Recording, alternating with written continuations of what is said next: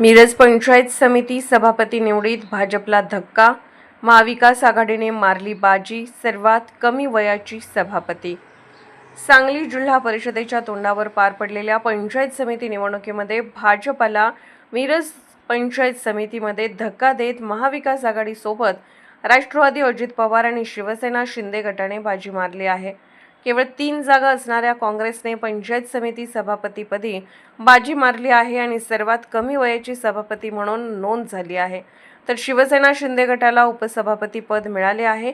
मिरज पंचायत समितीच्या 22 पैकी 10 जागांवर भाजपचे उमेदवार निवडून आले होते, त्यामुळे भाजपचा मिरज पंचायत समितीमध्ये शिवसेना शिंदे गटाच्या सोबत सभापती होईल आणि सत्ता येईल अशी दाट शक्यता असताना अत्यंत नाट्यमयरित्या घडलेल्या घडामोडीनंतर महाविकास आघाडीने राष्ट्रवादी अजित पवार व शिवसेना शिंदे गटाला सोबत घेऊन सत्ता स्थापन केली आहे। सभापती म्हणून काँग्रेसची तन्वी कमलेकर ही 21 वर्षीय तरुणी सभापतीपदी निवडून आली आहे, तर शिवसेना शिंदे गटाच्या ललिता शेजूळ या उपसभापती म्हणून विजयी झाल्या आहेत। खासदार विशाल पाटील आणि राष्ट्रवादी अजित पवार पक्षाचे माजी मंत्री अजितराव घोरपडे यांनी राष्ट्रवादी शरद पवार पक्ष व शिवसेना शिंदे गटाला सोबत घेऊन भाजपला सत्तेपासून रोखत मिरज पंचायत समितीवर सत्ता मिळवली आहे।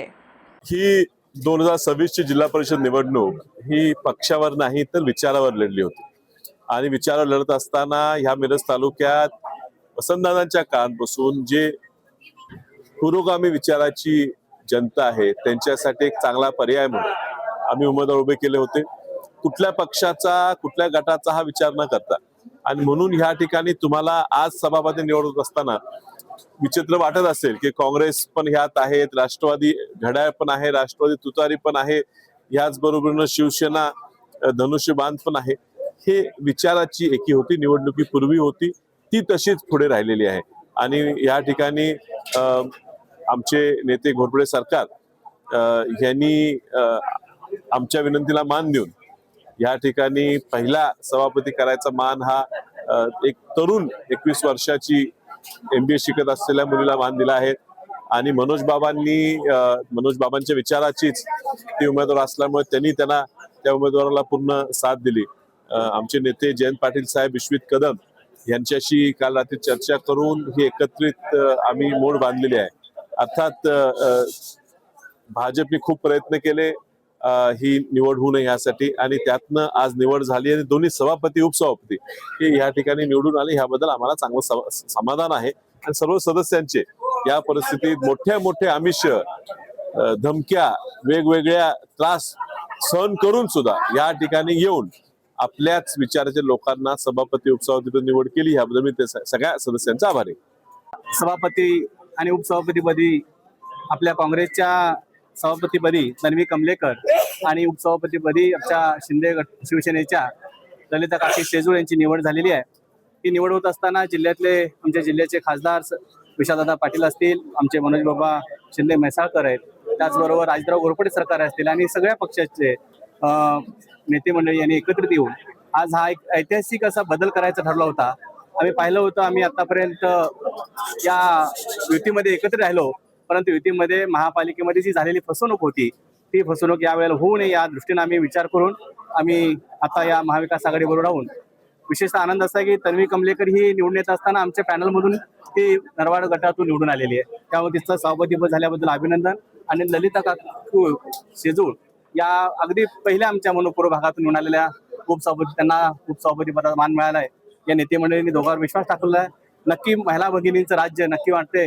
आमच्या एकनाथभाई शिंदेच्या मनात जे असतं लाडकी बहीण, त्या दोन्ही लाडक्या बहिणी आमच्या या सभापती उपसभापतीमध्ये विराजमान झालेल्या आहेत आणि या मिरज तालुक्याच्या विकासासाठी या दोन्ही महिला भगिनी अगदी काटेकोरून काम करतील आणि आमचे नेते मंडळी त्यांना सहकार्य करतील। पुन्हा एकदा दोघींचं मनापासून शुभेच्छा, धन्यवाद। संदेश दिला होता त्याप्रमाणेच आज या ठिकाणी निवड झाली आहे।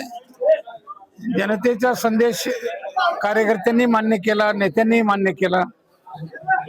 झालेल्या निकालाबद्दल निवडून आलेल्या प्रतिनिधींचं मनपूर्वक अभिनंदन। ते बरेच चमत्कार आता भाजपच्या आयुष्यात होणार आहेत, काय काळजी करू नका, वोटच लागणार आहेत ना आता। शिवसेना शिंदे गट आणि त्याचबरोबर राष्ट्रवादी अजित पवार गट आणि राष्ट्रवादी शरद पवार गट या सर्व पक्षाचे मी आभार मानते की त्यांनी आज मला ही संधी दिली आणि इथून पुढच्या काळात जी त्यांनी मला संधी दिली त्या संधीचं सोनं करायचा प्रयत्न नक्कीच करेन आणि आता निवडून देणारे आज नरवाडकर ग्रामस्थांचं त्याचबरोबर विजयनगर, बेडग, मोहननगर या सर्व ग्रामस्थांचं मी आभार मानते आणि इथून पुढं सर्व कामं ही विकासासाठीच असतील. धन्यवाद. निश्चितच या संधीचं सोनं करेन. जनतेने जो विश्वास दाखवला त्या विश्वासाला सार्थ करण्याचा प्रयत्न नक्कीच असेल. पण लोक म्हणजे महिलांना जास्तीत जास्त रोजगार देऊन त्यांना पुढे आणणं, त्यांना स्वतःच्या पायावरती उभा करणं हे सर्वात पहिलं विजन म्हणजे उद्दिष्ट तेच असेल. त्याचबरोबर गावात छोटे रस्ते असू देत, पाणी असू देत, त्या सगळ्या छोट्या छोट्या गोष्टींवरती लक्ष घालून त्याच्यावरती काम करायचा प्रयत्नच असेल. ग्रामीण भागात शिक्षणाची काही दुरावस्था असेल.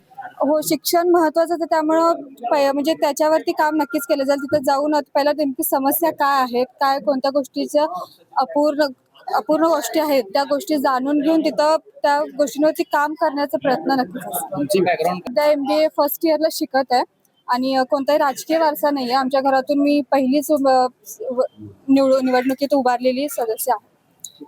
हो, MBA फर्स्ट इयरला आहे आणि शिक्षण इथून पुढे तसंच पुढे चालू राहील.